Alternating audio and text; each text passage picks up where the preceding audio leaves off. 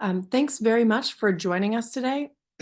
Our featured speaker today is Shir Hever, who works with the Palestinian BDS movement. And my name is Mallory Nodal, and I'm a longtime volunteer with Stop the Wall. We're sort of hosting this four-part webinar series on tech and Palestine. So after just a very brief introduction, I'll be handing the program over to Shir, who's going to give a much longer speech about militarization and the economy in Israel. And then we'll take your questions. So we want to get to that portion of the session. I'll also just remind you that this session is being recorded and will be posted online. Throughout the webinar, you are very welcome to post your questions using the questions and answer feature of Zoom. So you can do that at any time, but we'll take them at the end. So I wanted to also indicate to you that just in case you've missed our prior week's sessions, we've had two prior sessions. The first was with Dr. Matt Mahmoudi, and then also the second session was with Marwa Fatafta. These are now online, so you can view those past sessions. They give you a little bit more background on Stop the Wall and what it is we're doing. You can also share them out. We encourage you to circulate them. We will also have a final session, so that's next week. If you want to put this in your calendars, it'll be the same time, the same place, it's the same link to register, and that will be a session with a variety of different activists who are working in this space, in particular with Palestine Solidarity and other kinds of movements, to give you an overview of how some of these concepts we've been talking about these past few weeks are actually being put into practice, and also how you can get involved in those. So that's next week. Today is actually the International Day Against Racism. So this is somewhat auspicious. This day was instituted originally to remember the Soweto uprising and the massacre in the context of South African apartheid. We're really pleased to be talking with you today and having this conversation. So grateful to Shir for coming and giving us this talk. So without giving you any more introduction, I'll just hand it over to you to tell us more about yourself and your work and to get into the material. So once again, use the Q&A feature and we'll have questions in about 25, 30 minutes. Thank you very much, Mallory, and thank you everyone for coming. Thank you, Stop the Wall, for inviting me. Ramadan Kareem.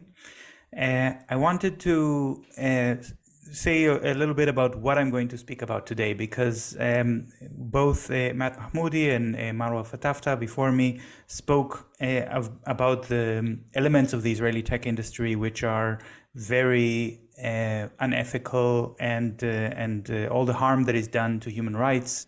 And this is something that thankfully I will not be speaking about today. I mean, I'm thankful that this very dark and painful subject is something that has already been covered, and the angle that I'm going to focus on is much more about the practical elements and what does it mean for the Israeli tech industry in this time of crisis, not just the crisis that we are experiencing all over the world, and more in the Gaza Strip than ever in any other part of the world, but also and especially the crisis that is happening inside Israel and to the Israeli economy because of the very reckless and immoral way that the Israeli government, the Israeli economy has used this technology in such a harmful way, and now there is a certain reckoning for it. So I'm going to talk about the crisis of the Israeli high-tech industry and why it's important for us to know this when we are discussing or considering joint work with Israeli tech companies, investments in Israel. So these things which I would certainly argue are very much immoral and should not be done for ethical reasons, but also are a bad idea. And that's what I want to say now. So I want to start a little bit with the concept of the startup nation. Where does this word come from, and how does it start? Startup Nation was the name of a book. The book was published in 2009 by Dan Senor and Saul Singer. And many people consider this book to be a sort of exposure of this wonder of the Israeli economy, of how Israelis are so good with technology and develop such a great high-tech sector that is sought after in the rest of the world. But we have to understand, of course, this book has been a state-funded and state-supported propaganda tool. And the introduction to the book was written by Shimon Peres, who was the former president of Israel, the former prime minister of Israel. So obviously this is not some kind of objective journalistic overview of the Israeli high-tech sector. It's a part of a marketing tactic. But at the base of this marketing tactic is a very racist idea. It's the idea that somehow Israelis, Jewish Israelis, have something that other people don't. They have some talent, they have some advantage, and there is no attempt to explain why this high-tech sector developed in Israel and not in other countries, or more in Israel than in other countries, except, just the genius of people who happen to have it maybe genetically because of their upbringing. And this is, of course, a racist idea. But what really happened? What is the real reason that Israel has developed this sector of the economy? And I think this is something we have to understand in the context of the 1990s, where the Israeli arms industry was experiencing a setback because of the end of the Cold War. And that meant a loss of very valuable markets to the Israeli arms companies. And they were looking for new products to develop, new sectors to experience. And at the same time, there was a very large immigration to Israel of Jews from the former Soviet states, also a result of the end of the Cold War and the collapse of the Soviet Union. And the Soviet Union had really high-level education when it comes to mathematics, technology, engineering. And that's something that Israel has profited from, because those people who came from the former Soviet Union with all of these skills and this education were then able to develop those companies, those high-tech companies, for the Israeli government. They were not, however, the ones who profited from it. In fact, only a small minority of those immigrants ended up finding lucrative jobs within the high-tech sector, and the majority of them did not, and experienced Israeli society for what it is, full of racism, discrimination, xenophobia, and many of them, in fact, probably most of them, but statistics are not completely clear, have left Israel and moved on to other countries. But those who did stay and those who did get jobs still did not form the backbone of this Israeli high-tech sector. The backbone was actually formed by those disillusioned, disappointed Israeli military officers, former officers, those people who wanted to sell their weapons but lost a lot of their customers and were looking for another way to have a second career after their military career. And those are actually the companies that started to develop in Israel. And I imagine you've heard about companies like ICQ and NICE and Checkpoint, which were formed by those graduates of Israeli military units, and allegedly got into civilian technology. But then I want to say something about the crisis, the high-tech crisis of the NASDAQ of 2000, and until the crisis of 2008, the capital crisis of 2008, there was those 8 years from one crisis to the next. And a study of the Israeli high-tech sector discovered that if you remove all of the military high-tech companies and only focus on the civilian ones, the average increase in value of those companies between one crisis and the next was 0%. There was zero capital created, zero value added in the civilian sector of the Israeli high-tech industry. What happened, however, is that the military companies, they did find a way to continue to accumulate value on the longer term. And so they were able to continue to profit even after the crisis of 2008. And that has a lot to do with 9/11, with the development of a new department in the US government, the Department of Homeland Security, which became a huge department with a budget as big as the entire military budget of Great Britain.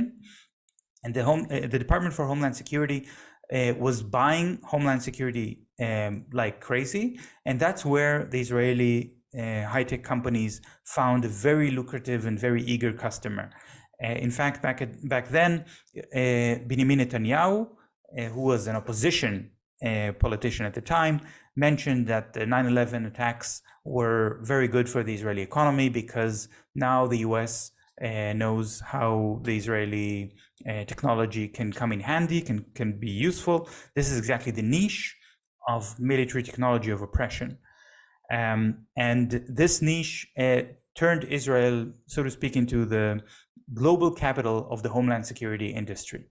And in Tel Aviv, they had and still have annual fairs of the Homeland Security industry, where companies from all over the world, governments, police forces, militaries, come to buy surveillance technology, cameras, facial recognition technology, biometric scanning devices.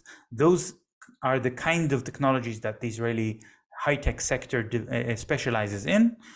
And then we are getting into the most recent Israeli government that was elected in November 2022, but formed in January 2023. So it's now a year and 3 months old, more or less. And this government is the most right-wing, most racist government, most fascist government in the history of Israel.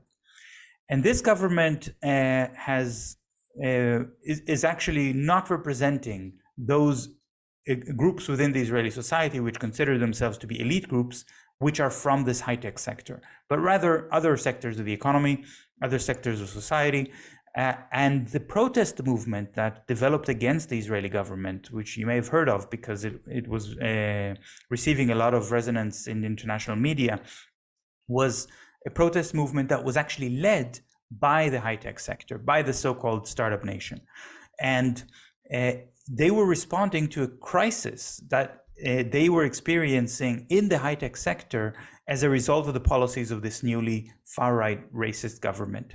The attack on the court system in Israel, which was already a very biased, very racist apartheid court system, nevertheless worried them very much, concerned them very much, because they knew that without at least the semblance, the charade of having a strong court system, Israeli military officers, especially from the units of intelligence, where the high-tech sector is so prominent, would be at risk of being arrested and tried for war crimes when they travel to Europe or to North America.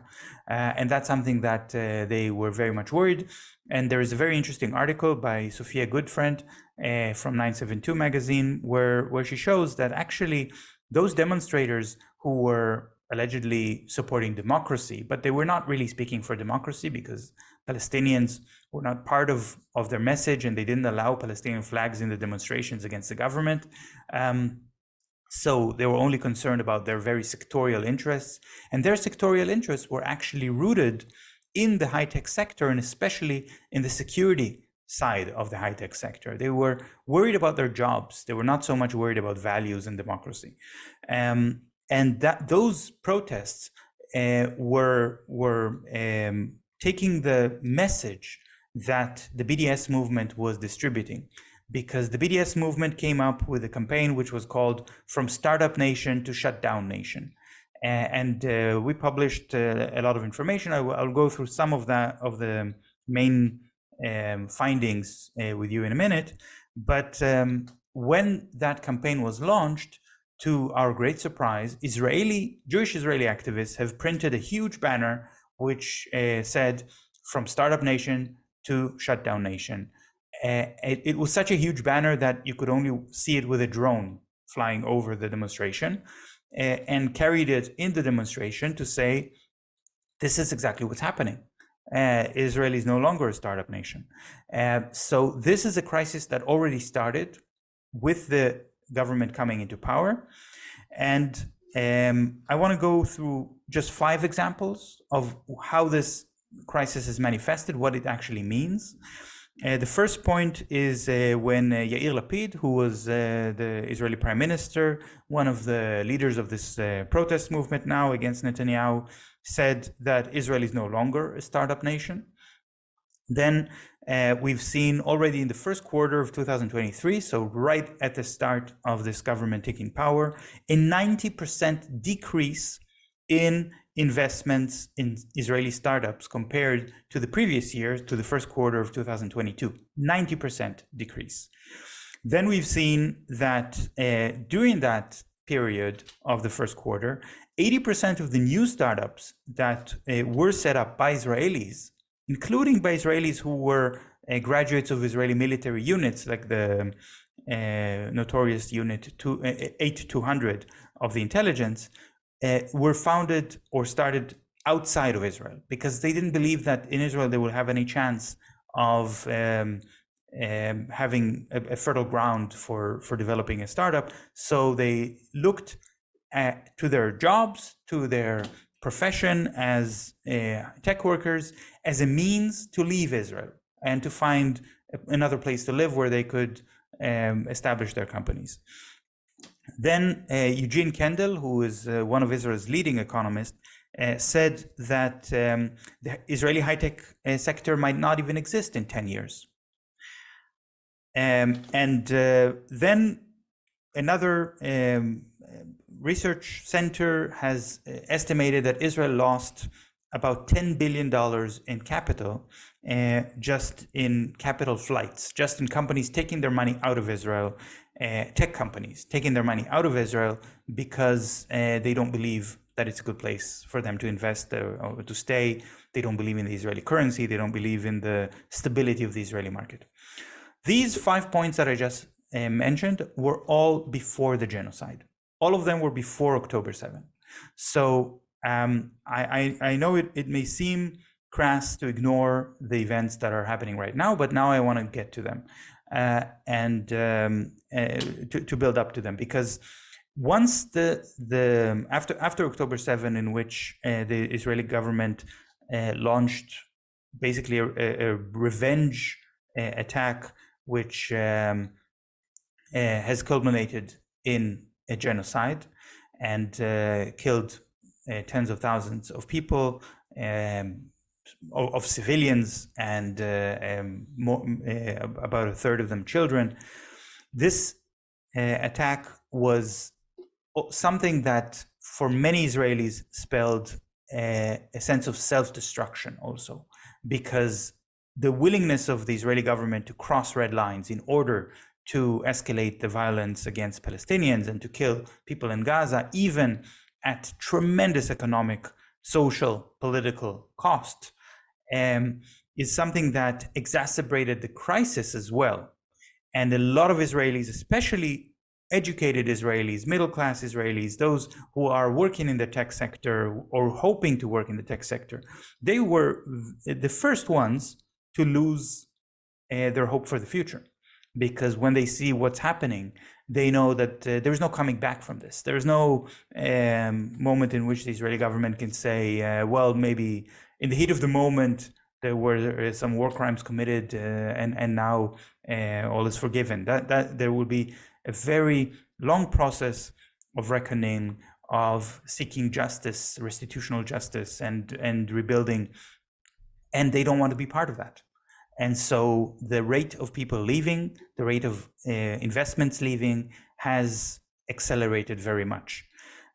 So, of course, this capital is very much an unfeeling thing and an unethical thing, in the sense that capital decisions, stockholders make their decisions not based on their political beliefs or their moral beliefs, but based on their interest in making profit. But even the most crass, the most hard, rational investors cannot ignore the fact that the Israeli government is spending all of its money on ammunition, which is fired against civilians in Gaza, or bombs that are dropped on civilians in Gaza. that the Israeli tech companies are not really working because the workers have been recruited for reserve duty, that the tech companies which are providing security solutions and security technology, spyware, surveillance technology, that sort of thing, have lost a lot of their customers because their customers are saying, your technology simply doesn't work. It doesn't prevent Palestinians from resisting. It doesn't prevent an uprising. It doesn't protect Israeli citizens from Palestinian attacks. So these companies are also losing a lot of their customers.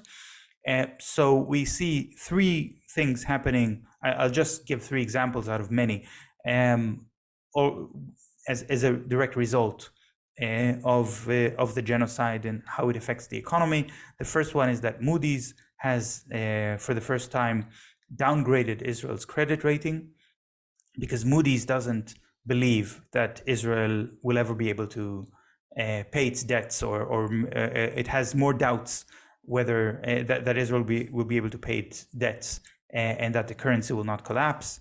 I have to say that in my observing of Israeli economists responding to Moody's downgrading the credit rating, they were very surprised that it was only this downgrading and not much worse, because still, when Moody's gives Israel this rating, then the rating of A-, it's still arguing that there is a high likelihood that Israel will be able to pay its debts.